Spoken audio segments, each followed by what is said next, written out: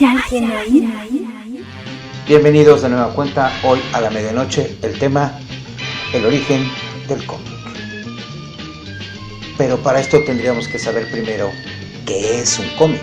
Según la definición de Will Eisner, uno de los mejores dibujantes e historietistas del planeta, un cómic es una historia contada a través de imágenes en secuencia, que pueden tener texto o no. Pero, ¿dónde surgieron los primeros cómics? ¿Cuál es el primer ejemplo? Si yo le dijera que los primeros cómics fueron hechos en piedra, ¿lo creería? Pues así es, el primer ejemplo de una historia contada a través de imágenes en secuencia se encuentra en las cuevas, en el arte prehistórico, en algo que llamamos pinturas rupestres, donde a través de imágenes el autor narra una historia. Mamut, yo. Aquí yo, allá mamut. Yo, casa, mamut. Esa es la primera historia contada a través de imágenes, dejando que sea el espectador el que interprete y le dé el contexto a la imagen. Podríamos contemplar también como las primeras historias narradas a través de imágenes, las columnas de Trajano, que están en Roma, que cuentan efectivamente las victorias de su vida.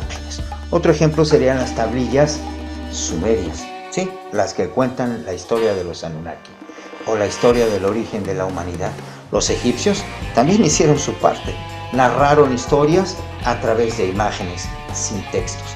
Un poquito más adelante podemos ir a los maya, a los náhuatl, a los mexica, a todos los pueblos precolombinos que contaban sus historias en los códices. A través de dibujos contaban cómo era la vida cotidiana dentro de sus comunidades. Contaban las historias de sus dioses, las historias de sus orígenes con imágenes. Pero todas tenían algo en común. Eran historias narradas con dibujos en secuencia. Posteriormente, cuando llegó la invasión española, esto se aprovechó para unificar ambas culturas. Los frailes le agregaron textos a las imágenes de estos pueblos originarios. Pidieron que contaran su historia a través de imágenes y posteriormente ellos iban a agregar los textos. Sí, esto es ya una historieta en forma. Viajando en el tiempo, podemos ir hacia adelante. Hubo autores que empezaron a ilustrar los cuentos para niños.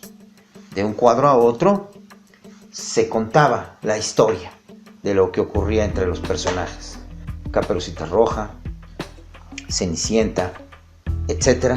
fueron de las primeras historias que empezaron a ser ilustradas con imágenes.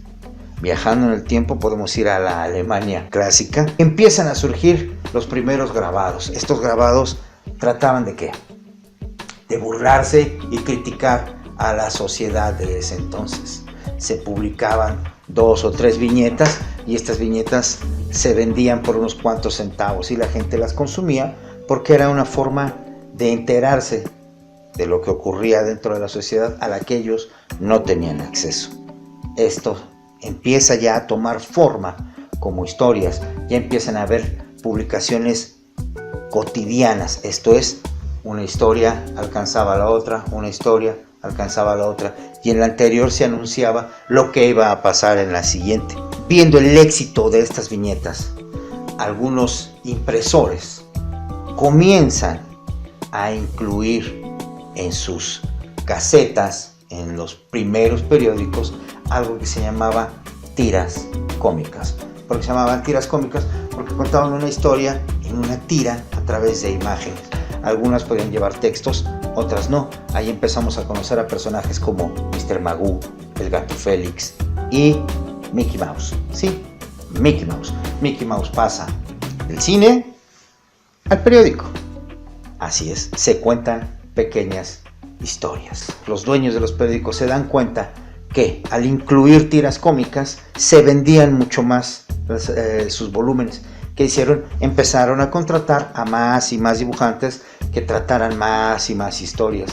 Llegó un momento en que la gente consumía los periódicos única y exclusivamente porque contenían tiras cómicas. Pero hubo un momento en que todo cambió. En el año de 1938. ¿Qué ocurre en 1938? Se publica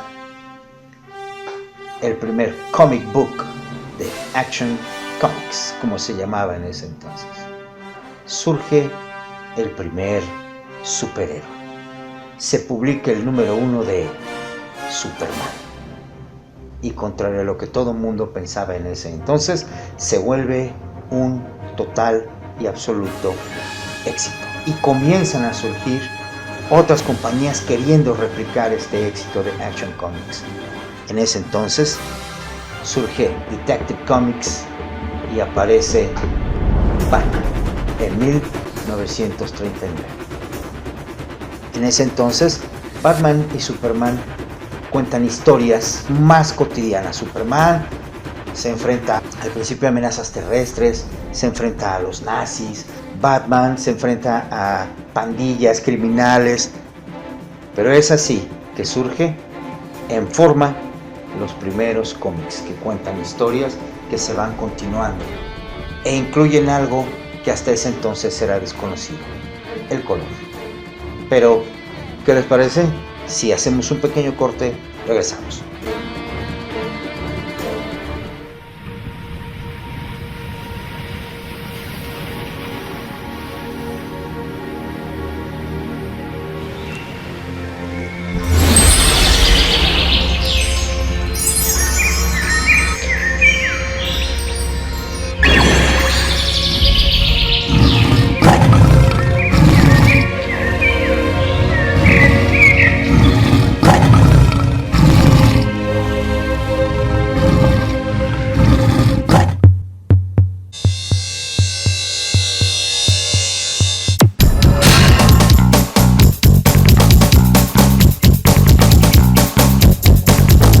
Nos referíamos a que en 1938 y en 1939 cambia la historia.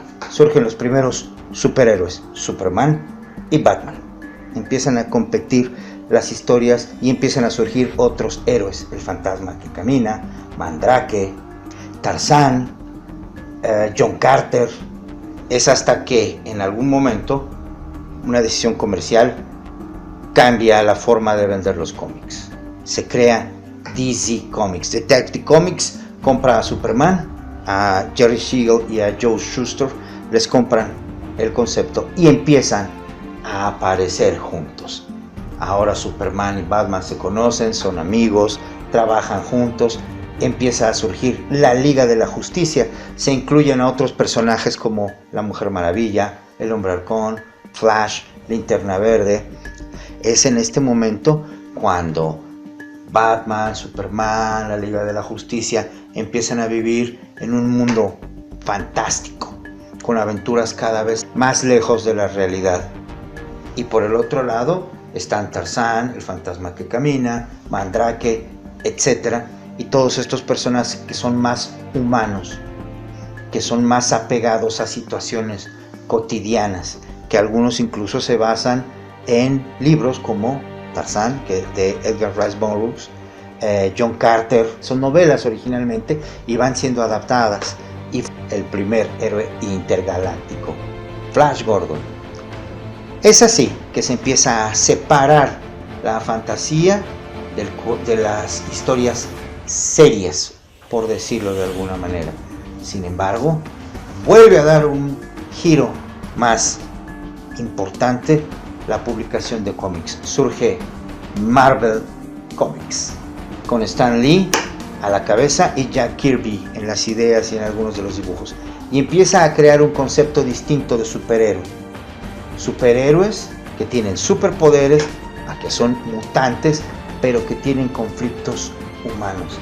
Es así que Peter Parker es un adolescente promedio con superpoderes y tiene que lidiar con ser el niño buleado de esa época porque era muy cerebrito, pero tiene superpoderes y está esta disyuntiva de usarlos o no usarlos en su beneficio. Surgen superhéroes como Daredevil, que es un abogado de día y es Daredevil de noche. La justicia es justa, lo que no puede resolver en los tribunales lo resuelve en las calles. Además, Matt Murdock, que es Daredevil, tiene un conflicto existencial, es ciego. Empiezan a surgir los primeros X-Men, mutantes, humanos que tenían poderes especiales y que tienen que lidiar con este dilema de luchar y salvar a una sociedad que no los quiere y que no los acepta. Héroes como Thor, el dios del trueno, que vive como vive un príncipe, con todos estos conflictos existenciales cuando tiene que enfrentarse a una realidad que no conoce. Hulk, el científico, un hombre cerebral, un hombre tranquilo que se convierte en una bestia. Y esto es lo que le da el toque especial a Marvel Comics. Incluir estos conflictos, incluir la psicología de los personajes, de que no tienen superpoderes nada más porque sí, y dan por sentado que son los buenos solo porque sí. Es aquí que empieza a ponerse serio el asunto de hacer cómics. Es aquí donde los autores, los escritores dan un giro. Es a partir de los 80s cuando surgen autores como Frank Miller con Sin City, con novelas gráficas como 300.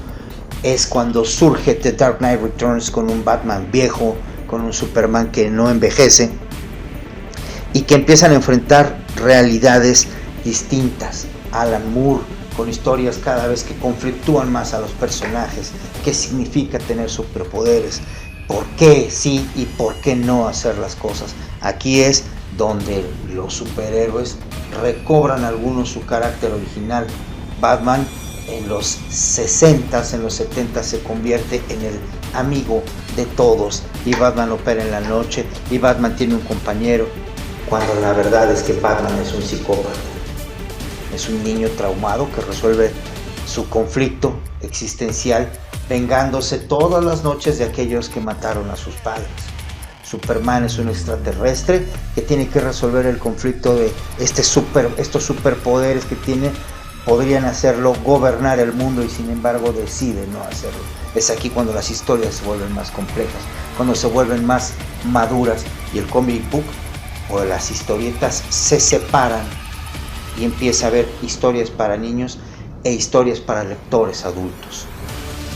El cómic, como podemos ver, ha ido evolucionando con el tiempo y ha ido tratando de adaptarse, o la realidad ha ido tratando de adaptarse al cómic y contar historias cada vez más serias y las convierten en novelas gráficas.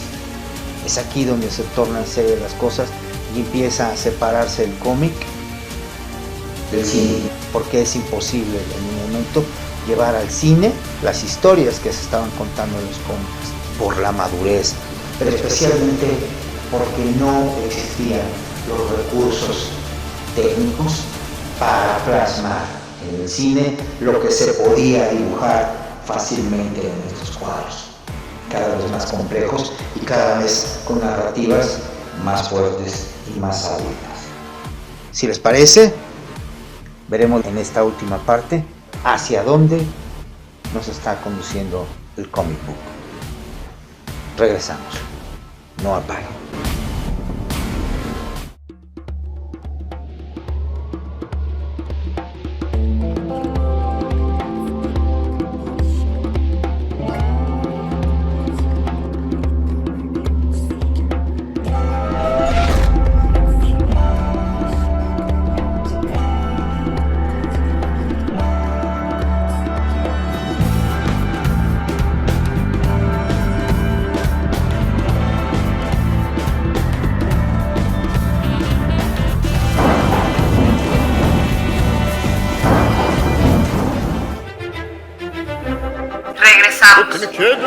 Para la discusión de las ideas de manera inteligente.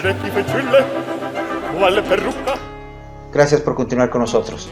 En el anterior segmento hicimos una distinción entre el cómic serio, la novela gráfica, el cine y las historias para niños. Es en este momento que las historias se tornan serias, oscuras, enfrentan conflictos existenciales, conflictos reales, consumo de drogas, homosexualidad, violencia, asesinatos, etc. Es cuando el cómic se vuelve oscuro. Pero también empieza la disyuntiva de llevar estas historias a la pantalla grande. En ese momento ya había habido algunos experimentos, algunos muy malos, algunos medianamente exitosos. La primera saga de Superman con Christopher Reeve, las primeras películas de Batman, la serie de televisión de los 60s, pero todas estas guardaban todavía candorosas historias, eran muy inocentes, eran todavía muy blancas, ya no podían estar ni convivir con sus contrapartes originales que estaban en el comic book. Había esta imposibilidad de llevar estas historias, no simplemente por lo serio de las historias, por las temáticas, sino porque no existían los recursos cinematográficos en ese entonces para realizar estas historias. Es muchísimo tiempo después cuando, a partir de los 90s, se hace el primer experimento de hacer una película seria de superhéroes para adultos. Surge Blade, la saga de Blade con Wesley Snipes, la cual, muchas gracias desde aquí, un reconocimiento y un saludo al maestro del Toro, que fue el que dirigió la primer Blade.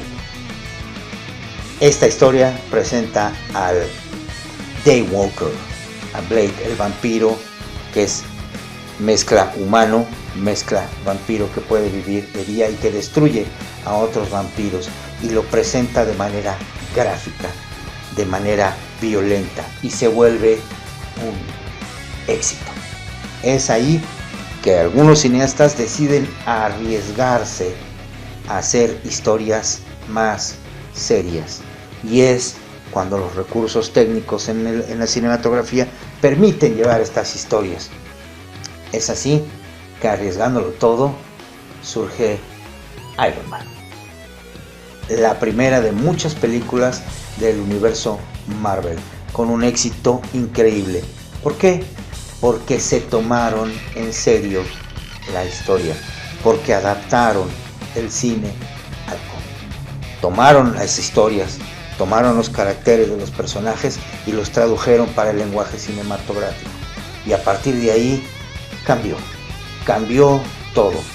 Surge la trilogía de Batman, que hay hasta ahora 4 o 5 versiones distintas. ¿Cuál es mejor? Sería material para otro programa.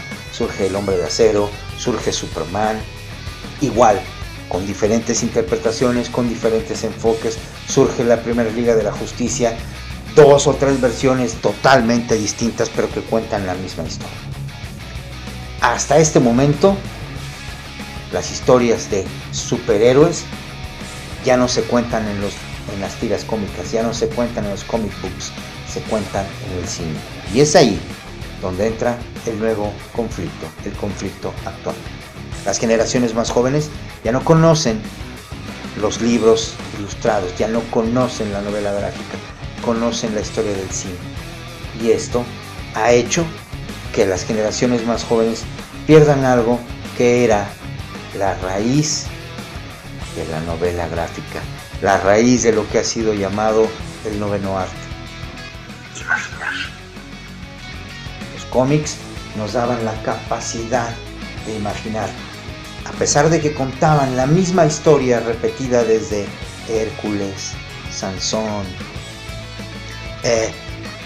Jason y los argonautas, las victorias romanas. Siempre se habla del héroe, siempre es los pocos contra los muchos, aquel que vence la adversidad, aquel que se enfrenta a todos los peligros porque sí, porque debe hacerlo, porque es bueno, porque es lo correcto. Desde aquí invito a las generaciones más jóvenes a que recuperen la idea original de la tira cómica, la idea original de la novela gráfica, la idea original del comic book.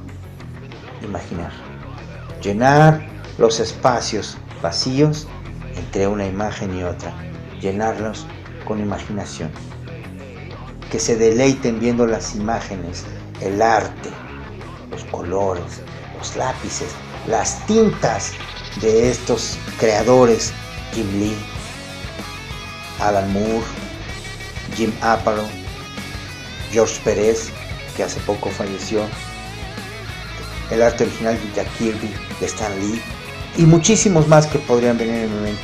Disfrutar cómo, con tan pocos recursos en ese entonces, se podían contar historias tan complejas.